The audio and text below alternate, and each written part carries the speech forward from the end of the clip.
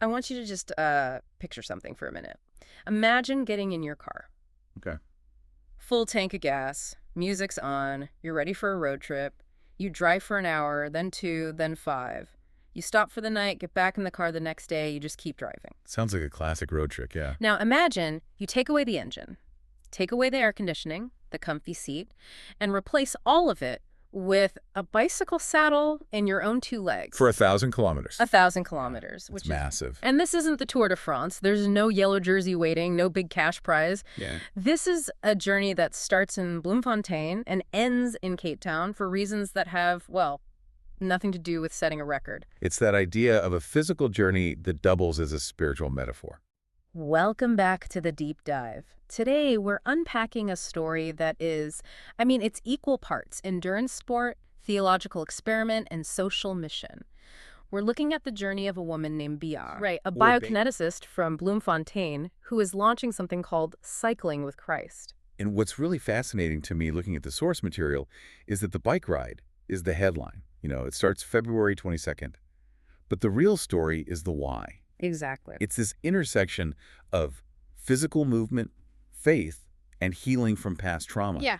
It all comes together in this one very tangible event. We're going to get into the weeds on this because on paper, it sounds like a fundraiser we've all seen before. Someone does something hard, people pledge money, a charity gets a check, but this feels different. The sources call it a mission, not just an event. And that's a key distinction. So our goal here isn't just to track her speed or her kilometers. No, it's to understand how a really personal journey can transform into this public platform for hope.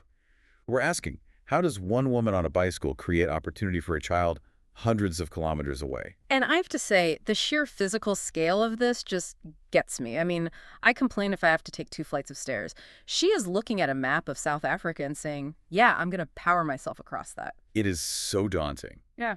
But she's coming at it with a really specific professional background that changes how we should see it. She's not just an enthusiast. Not at all. She's an expert on the human machine. Okay, let's dive into that. Section 1, the rider and the road.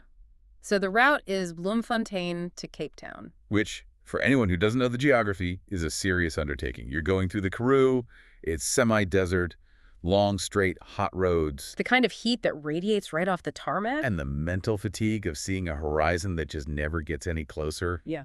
That's brutal. And then you hit the mountains closer to the Cape. So not a casual Sunday ride. Far from it. But this is where her profession comes in. Yeah. Bea is a biokineticist. And I feel like a lot of people might confuse that with, say, a physical therapist or just a personal trainer. Can we clarify what that actually is? Sure. Think of a biokineticist as a clinical exercise specialist. They use movement as medicine. As medicine. Exactly. They deal with rehabilitation, chronic disease, injury prevention.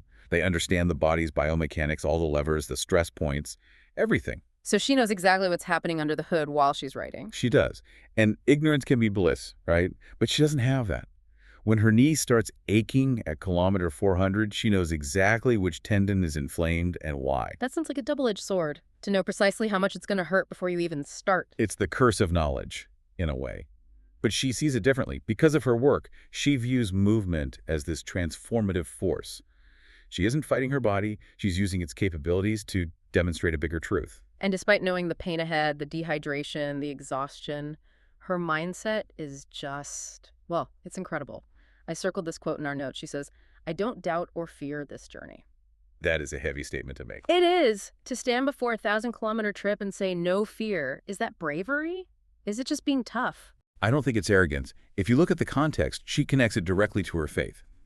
She says, "I'm simply excited to see how the Lord will work." So it's not all on her. Exactly. The pressure shifts. If it's your own ego on the line, the whole journey rests on your shoulders, on your legs. If your legs fail, you fail. But if you believe it's a calling, then your job is just obedience.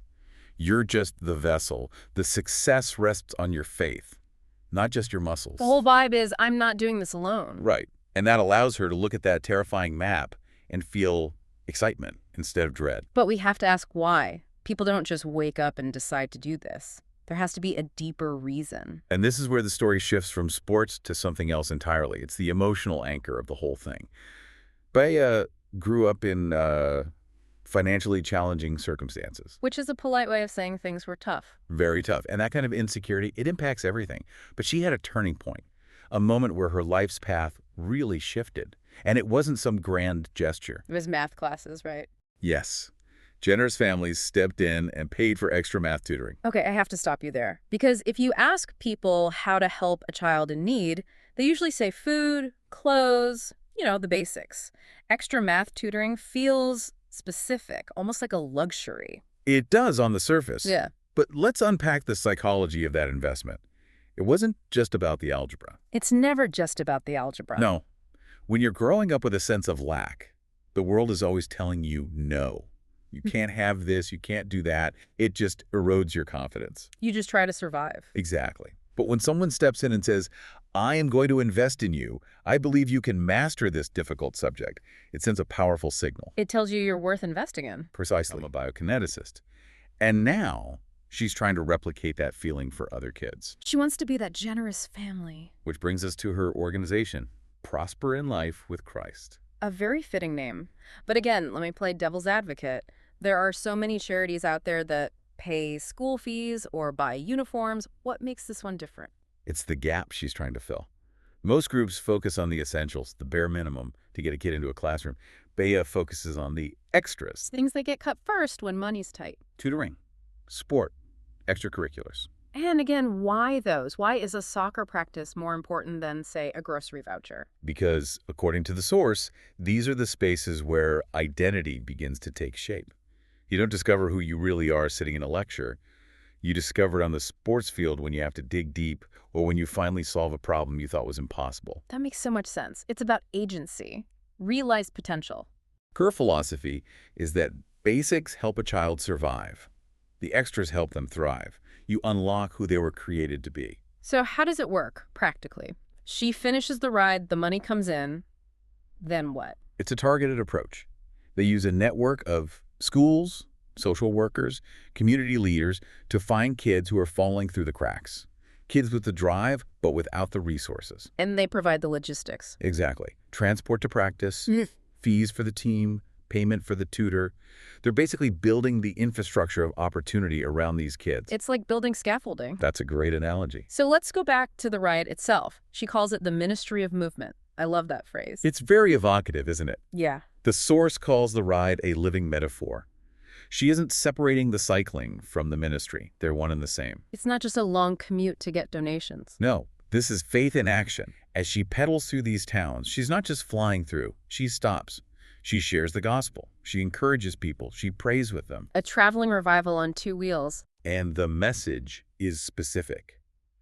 Purpose is revealed while you're moving forward. It's not found by sitting still in a building. Which connects right back to the biokinetics and the bicycle. You can't steer a bike that isn't moving. You need momentum for direction.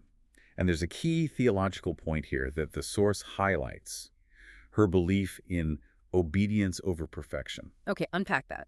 Obedience over perfection. Well, think about how often we stop ourselves from doing something because we don't feel ready. I'm not fit enough. I don't have enough money. I'm not a good enough speaker. We wait for a guarantee of success before we even start. Right. Bea's belief is that you're called to act in obedience. You get on the bike, even if you're not perfect. You start the ministry, even if the budget isn't full.